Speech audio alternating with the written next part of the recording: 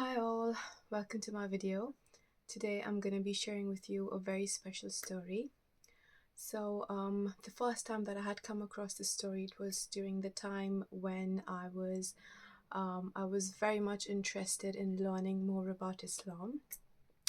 So what I would do is I would just go on YouTube and look for any video, any podcast, any story time that would basically help me gain more knowledge, and in turn would increase in my faith. I can increase my faith, deepen my knowledge and understanding about Islam, and strengthen my iman basically.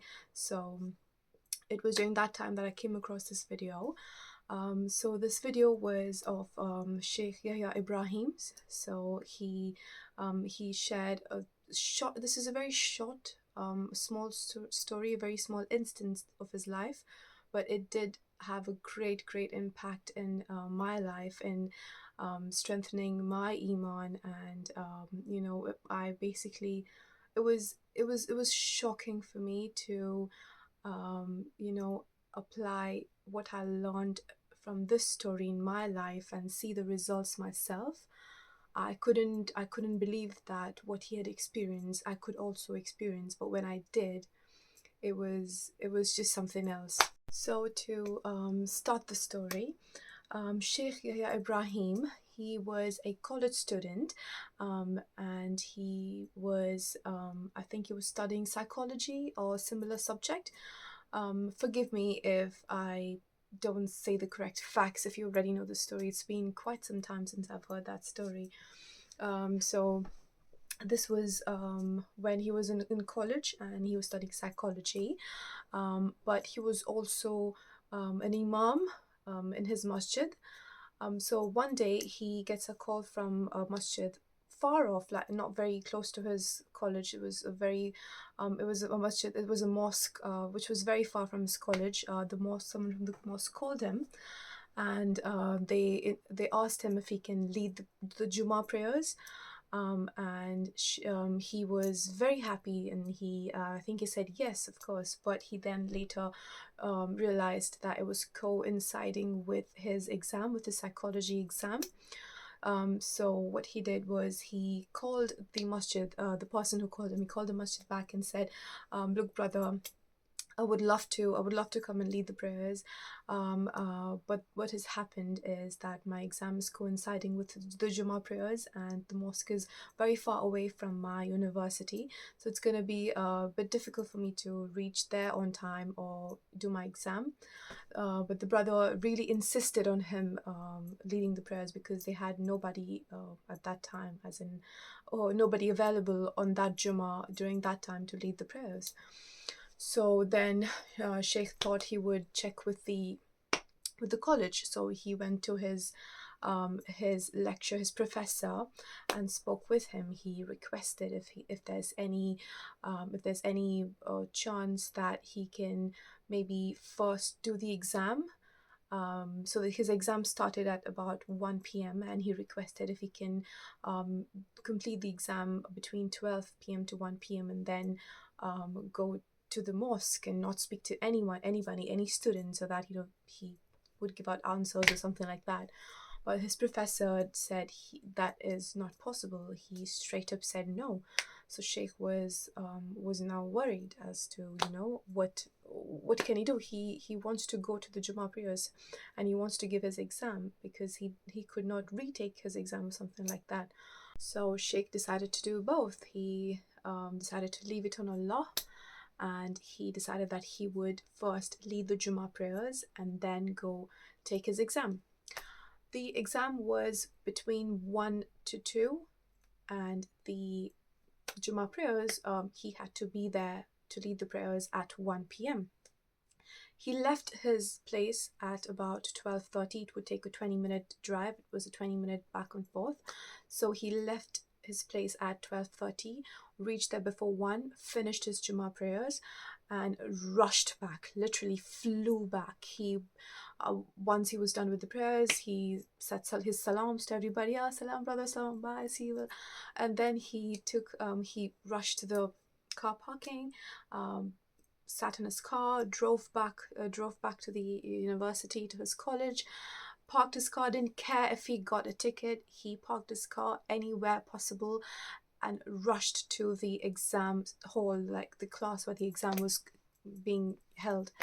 He took the papers that he was supposed to answer, sat on his assigned desk and looked at the papers. So it was like a multiple choice questions where they were given 4 options and they had to choose one from the 4 of the options. So he reached the exam hall at 1:49. He said in the video, I very vaguely remember, 1:49 or 1:50. So he was there 10 minutes before the exam ended. Anyways, he took the paper and he was going through the questions. The first question he read and he was pretty confident about the answer, so it was a C, so he marked C. And the second question, he read the second question and he thought to himself the answer was again option C. Similarly, he read the third question and it was again option C. And by now he was confused. By now he couldn't trust himself. He started to doubt his own knowledge about the subject, because how can every option, how can the first 3 options be C? But anyways, he was 5 minutes into the last 10 minutes that he was left with, and he decided that he would still attempt as many questions as possible. So he then read the 4th question. I think one of the questions took a lot of time, so he was then left with 1 minute or something. And then when he went to the 4th or the 5th question, the answer was again option C. The fact that every question he solved gave him an answer C, gave him the option C, he was concerned. He was concerned that maybe he is doing it all wrong. Maybe the method, his approach was incorrect, and he was just confused. So that took a lot of time for him to try to understand why is he getting these wrong answers. So he was left with 30 seconds, and the next question was again confusing him. He was completely confused. So what he decided to then do was just leave it to Allah, and because of the time constraint, he decided to mark all of I think there were 80 questions or 100 questions or something. He decided to mark all of the questions option C, and he did that. He somehow finished this exam. Of course, he was sure that he was not going to pass the exam, but he somehow completed the questions and handed the paper over. Everybody then had a break. I think it was for about 2 weeks or so. It was like a summer break or something.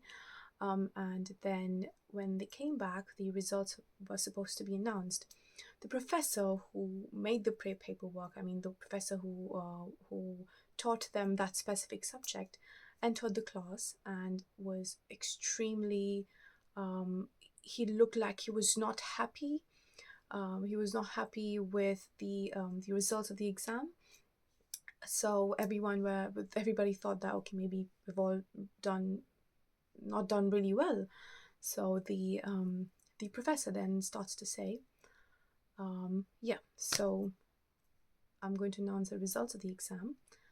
So this test was a psychological trick. It was basically a trick, a test to test your knowledge about the subject, plus also to test your confidence in yourself. Everyone was confused. Like, what does he mean by that? He then said that to test you all, of course, first of all, to test your knowledge, and second, to test your confidence in your own self, we marked all of the answers as, not marked, but we, all of the answers of the questions on the test paper, the answers were all C, option C. And everyone were confused. They're like, what? How is that possible? But Sheikh was just sitting there and was like, oh my God. He was in shock. He was stunned. And the professor then goes, we're not going to be doing this again. We're not going to repeat this type of test again because of there was some problem, there was something that happened because of which we will not be repeating this test. And Sheikh in his head goes, brother, That's Allah. That was Allah. So honestly, every time I think about the story or share the story with somebody, my iman just skyrockets, honestly. And this is, yeah, that was basically the story. And the tawakkul, the trust in Allah that Sheikh had, it helped him in a huge way. And moreover, it's the fact that when you choose something for the sake of Allah, or when you give something up for the sake of Allah, Allah replaces it with something better than what you already had, or Allah gives barakah in that specific task or that specific idea or plan you've had. So yeah, that's it. So that was the story, and I hope you all liked it, and I hope it helps you the way it helped me. And yep, thank you. Jazakallah. Assalamu alaikum.